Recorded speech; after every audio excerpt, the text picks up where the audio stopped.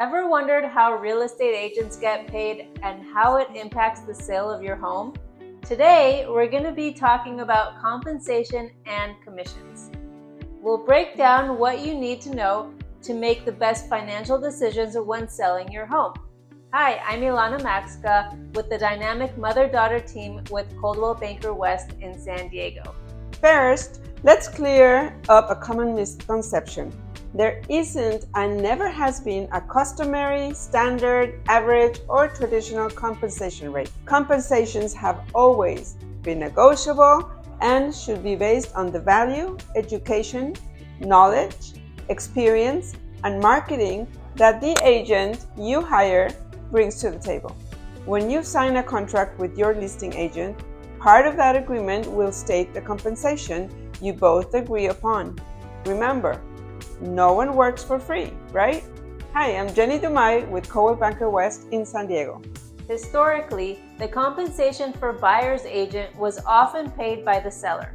However, commission has always been negotiable. Recent regulations by the Department of Justice state that the responsibility to pay for compensation for buyer representation ultimately falls on the buyer. Please understand this. It's very important. Every single MLS, there are about 600 of them, state and brokerage has a different interpretation about how these new guidelines will work. Now, buyers will need to sign an agreement before any agent can show them a home. This agreement will state that the buyer is responsible for their agent's commission. However, it's important to understand that as the seller, you can still offer a commission or compensation to the buyer's agent. This can be in the form of closing cost credit, a specified amount, or a percentage of the sale. Why would you, as the seller, consider paying the compensation? Well, think about it from the buyer's perspective.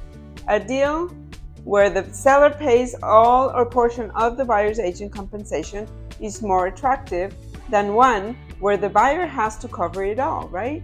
Before the new regulations, compensation from both agents typically came out of the proceeds from escrow, so no one paid out of pocket. Now, if the buyer has to cover their agent's compensation, it adds to their financial burden, which can be tough or impossible for many buyers, especially first-time home buyers. If no compensation is offered to the buyer's agent from the seller, it stands to reason that many buyers may not be able to make an offer. This could negatively affect the sale of your home and could actually cause you to net less money. Some buyers may not want to look at homes without seller-paid compensation.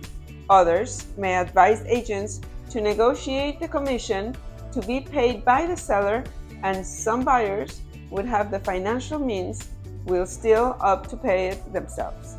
This could result in fewer offers on your home. Not good, right?